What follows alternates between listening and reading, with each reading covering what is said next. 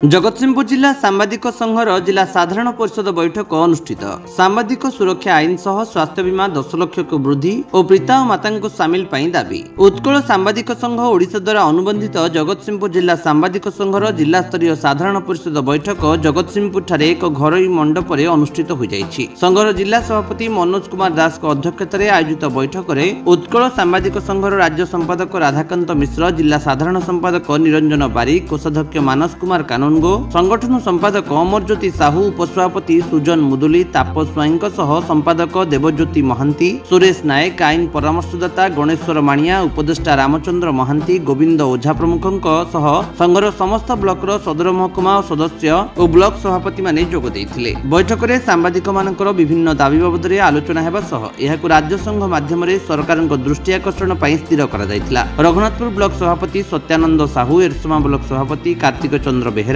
संपादक परशुराम मंत्री, तीर्तोल ब्लॉक सभापति मानस कुमार सुतारଙ୍କ सह सांबादिक प्रकाश बारिक, तन्मय जेठी, राकेश राय, जन राउत, प्रणव प्रधान प्रमुख सांबादिक माने राज्य में सांबादिक सुरक्षा आईन लागू सह स्वास्थ्य बीमा को 10 लाख टंका कराजिबा सह पितामाता को सामिल करिया पई दाबी रखिथिले। बैठक में सांबादिक मानक शक्ति वृद्धि पई संघीय व्यवस्था को अधिक सुदृढ़ करबा बाबद उपस्थित सदस्य माने मत रखिबा सह समस्त एकतार डोरी बांधी होई रहिबाकू आह्वान देइथिले। एही सभारे सांबादिक प्रचेत चेतन महांती, चंद्रजित दास, श्रीवत्स लांछन पाढ़ी, स्मृतिरंजन महांती, सत्यप्रकाश महांती, सौरजित पढ़ियारी, प्रशांत मुदुले, सुशांत परिडा प्रमुख सांबादिक माने संघर नूतन सदस्य भाव योगदान करथिले। जगतसिंहपुर राकेश कुमार राय रिपोर्ट, विश्व विजयी न्यूज ओडिशा।